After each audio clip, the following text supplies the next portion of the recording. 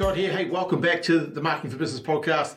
If you're listening to this, I'm recording this pre-Christmas, but it's going to be played on Boxing Day. So I hope you had a great Christmas day.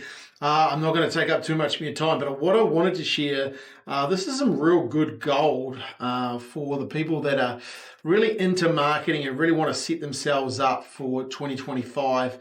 What we're saying, hey, thrive in 2025. What I've done is we did a whole bunch of these, what we call strategy sessions and high performance reviews. This is just a small selection of them that we did this year. These are really in-depth marketing reports around where you can win as a business. And what I thought I'd do is I'll share my top 25 to thrive in 25. The key, I guess, lessons and insights that I learned from doing these strategy sessions. And these strategy sessions are anywhere between 90 minutes to 3 hours in depth with me and my team in a boardroom or online. And then we do a high performance review off the back of that where we benchmark a whole bunch of things for your business, especially around where you can win and how you can increase your performance in your marketing, whether you're brand new or you're been doing marketing for a while. And then we produce a report similar to this one here for Whitehead Plumbing, this one here for Ballantyne's. And then we get you back in and we discuss it and create a game plan for businesses around where they can win. So what I thought I'd do, I'm going to share some things that I learned, some insights that I learned from doing that this year. So it's going to help you, really grow your business if you want to in 2025. And I would suggest to me, if you're listening to this on Boxing Day or into the new year, that you really want to grow your business in 2025. So number one, I want you to think scale, not survival in 2025. One of the things I noticed is, some of the businesses where, their thinking is just around getting by. And I want you to shift that into looking how you can not just get by, but how to start to scale your business and your marketing. Part of that is to create a 12-month plan, get focused on a roadmap, how you're going to expand your customers, how you're going to expand your customer acquisition, how you're going to grow your channels to get in front of people, the likes of, maybe paid ads, partnerships, referrals, search engine optimization, short form video content. What are you going to do to think scale, not survival? Number two is you've got to create, and this is something I really saw with a lot of businesses, that what they weren't doing, create an irresistible customer getting system. You want to have a key insight here is you want to create something that is very smooth, very repeatable, for attracting and converting, kind of people that are curious about you into becoming customers. And you must have that if you really want to drive expansion into your business. It could be as simple as building out, an email system, for when warm leads come into the business or when people contact you, and building and nurturing that relationship, getting them into some sales conversation, and then putting them into a retention or an upselling plan. You really have to think about that, but really get really clear on creating that customer getting system and make it irresistible. Number three, one of the key lessons I took away is not enough people are obsessing over lead generation. You want to have consistent lead generation in your business that fuels the business growth. So what are you doing? How could you have a mix of, like the likes of organic content being created, or using paid ads or paid media? Maybe it's radio, maybe it's TV, maybe it's, Facebook, Instagram, TikTok, etc. Really getting your business, the fuel under your business going, by obsessing on lead generation. And I think that's a real key to businesses, if you really want to stand out and grow. I want you to, number four is scale through automation is a big thing I learned. Automation on those repetitive marketing tasks, they could free up a lot of time for strategic growth.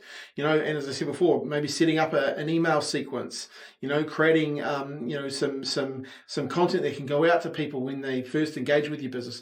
Maybe it's using some chatbots like ManyChat, etc., and creating those responses, and using the scheduling tools to get some automation happening in your marketing is really, really key.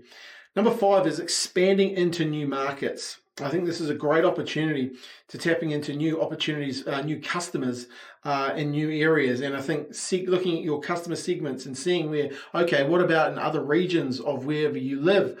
You could launch campaigns and targeting new geographical areas, which I think is a great opportunity for a lot of businesses.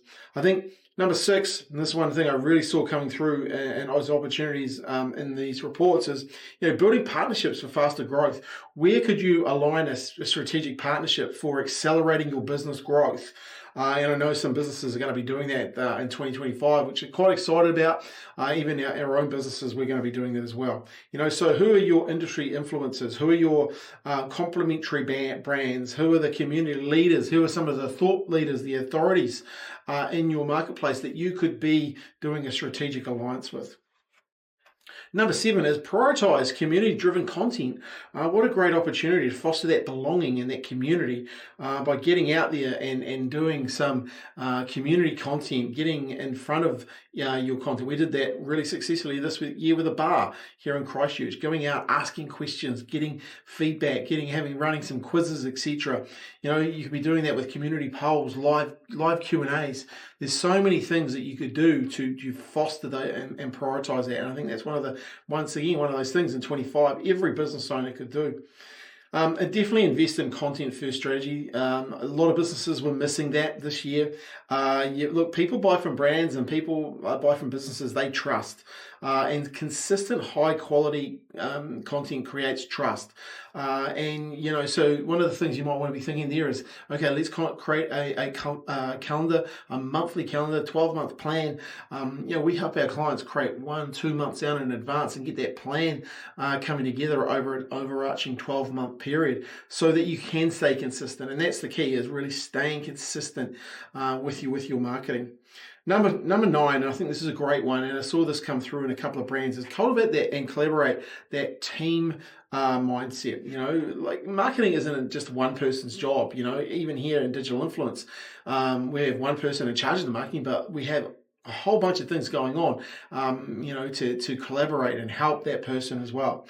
So maybe in your business, you could be scheduling bi-weekly brainstorming sessions with you and your team. I know we do this for a number of the businesses that we work. We actually get on nationwide on calls and are brainstorming ideas and marketing ideas on how we can improve their business from a marketing perspective. So that's something you definitely want to be looking at in 2025. One of the other things that came through really clear in the report, number 10, is think long-term but act short-term. So think long-term, act short-term. What do I mean by that is, look, the key insight here is you want to be building for long-term strategy success, right? Branding, building your business up, but you want to execute those short-term campaigns. And you have to kind of balance that. Sometimes that content, that storytelling really builds the brand, but then sometimes you have to have promotional campaigns running throughout the year as part of that strategy. So really, really looking over that and seeing how that all fits together. Number 11 isn't obsess over your customer, not your competition. Too many businesses I spoke to this year are focusing on their competitors. And it's really easy to do that when it's a competitive market, a recessionary type environment. It's very easy to really focus in on your customers. And I spoke to a number of business owners this year that were focusing on that too much. What about focusing on your competitors? What about focusing on your customers and really getting clear on your customer and how you help them and adding more value to them? Maybe it's you could conduct some surveys and getting some insights about your products and services from your customers rather than fixating on your competitors. Look, competitors are going to be there. Competitors are going to do their thing. But here's the thing: the competitor doesn't buy from you. Your customers do. So spend the time and enhance their experience. Number 12 is, look, be relentlessly consistent. If I can take one lesson away from all these reports and all the other reports that we've done, look, consistency builds recognition. It builds trust and it builds loyalty. Be relentlessly consistent. Maintain a consistent brand message. Your posting, etc. Putting up. I was just talking to a gentleman this morning. Look, you got to be consistent. Consistency of message plus frequency of reach become relevant. So important in the marketplace today. Give yourself a chance to become relevant over here by having a consistent message and being frequent. Be relentless with it. I tell you, if you can be relentless with it for 12 months, come back in 12 months' time and tell me your business is if it's not the same, I'll eat my hat, because it will be. If you market yourself relentlessly for 12 months, your business will go through a period of growth that you've never, ever seen before. 13 is be story-driven, not product-driven. This came across a lot in the reports and a lot of the people we spoke to, very focused on product. But let's be focused on story-driven. Let's focus on what the story of and the solutions that you provide. Because look, here's the thing: people connect with your stories, not necessarily with your products. So share stories about how your business and how your product, to some degree, as a byproduct, solves their real-world problems that they have, and makes their life better for your customers. And share the success of other people that have used your products and made their life better because of the stories that you share there. So that's a real opportunity. It's a little bit harder to do for everyone, because it takes some brain power, it takes some thinking. But once again, spend some time thinking about that. Hey, look, if you're sitting on the beach in the next couple of days, make sure you do as well. Number 14 is look, stay savvy around technology and try and keep ahead of the trends. Look, tech-driven marketing is coming in 2025. It'll be defined in 25, I believe. So stay informed about AI and automation and emerging platforms, etc. And look, if you can't, or it's just too big an area for you, then get connected with an agency that is focused on that technology, is focused on helping you be better in all of those areas, because that is going to make the difference when it comes to really getting growth and growing that business in 2025. Number 15 is build relationships, not transactions. And I think that's some of the biggest things I noticed from people, speaking to them this year. People buy from the brands they trust, and trust comes up so often, that they have relationships with. So where are you building relationships? How could you develop relationships even better? Do your staff have good relationships? Do your team have good relationships with your customers, etc.? What could you do? Maybe it's time to implement that loyalty program. Maybe it's time to have some of those personalized follow-ups, or some lunch and learns, or some human-centered areas of the business that you're engaging in and connecting with people. I love this one, 16. This is something that, for me, the art of story selling, not just storytelling. The key insight there is, once again, selling through stories. It's so important that you make emotional connections. So many times in these reports, I just saw businesses that are not injecting their story to sell, and one of the best ways to do that is create case studies, get testimonials, create transformational stories around your campaigns, and that will really help you. People want to see the people see themselves in A and they want to be in B. If you've already taken someone from A to B in that transformation, you want to use the art of story selling to indoctrinate people into what you can do for them, and that's one of the key things there. Number 7 is look, believe in brand authenticity. Look, it's funny coming from a direct response marketing guy talking about brand, but look, modern customers can really smell out if you're inauthentic with your marketing. They can smell it a mile away. So be transparent. Be transparent in your values, your processes, even your failures. It's one of the reasons I share a number of the failures that I've had over the years, especially when I'm doing my presentations and seminars. I'll share some pretty cool stories of failures, and not everything goes right. But, you want to show the human side of your business, and people really appreciate that. Number 18 is create a learning culture. And this is one of the coolest things I've seen doing our strategy sessions is when people bring their team in and we're talking to their team, and look, People are thirsty for information, especially, people that want to learn. So if you're creating a real continuous learning loop inside your business, you're going to always stay competitive, and maybe it's time to invest in some more training for your team, etc., around marketing. If you want to reach out to us about that, we've got some really cool things that we can share with you, maybe some events you can come to next year, some mentorship if you want it as well. But it really is an opportunity for you to grow. 19, this is something that, once again, strong in the report that people are missing is, you want to prioritize customer lifetime value. Look, it's easier and cheaper to retain customers than to have to go and find new ones, right? So what are you doing? Are you developing a customer retention strategy? Have you started that loyalty program? Have you started a VIP offer? Are you starting a regular engagement or having events, etc., for your customers? What are you doing to increase that lifetime value and get people to stay with you longer as well? Number 20, I love this. This came through in the report, and it's something I know we can do better, is be more socially responsible and purpose driven. I think we've got a good purpose, but we need to step into that playing field more. And I think customers prefer to do business with businesses that care about social causes and their environment. So what are some of the things that you're starting to look at? I know some of the cool things we've got involved in this year is with some charity partners, Inspire Foundation, and also Lean on a Gate. Being more purpose driven and giving our time and our experience to help those charities has been a big one for us. Number 21 is, look, you've got to own your brand's unique position. And this is something really comes across a lot of times. I say to a lot of businesses when I meet them, look, I could take the brand that you have on your website and I could remove it and put your customer's brand, your competitors on there, and you wouldn't know any difference, right? You've really got to stop this in 2025. You've got to try. Appealing to everyone leads to generic marketing, right?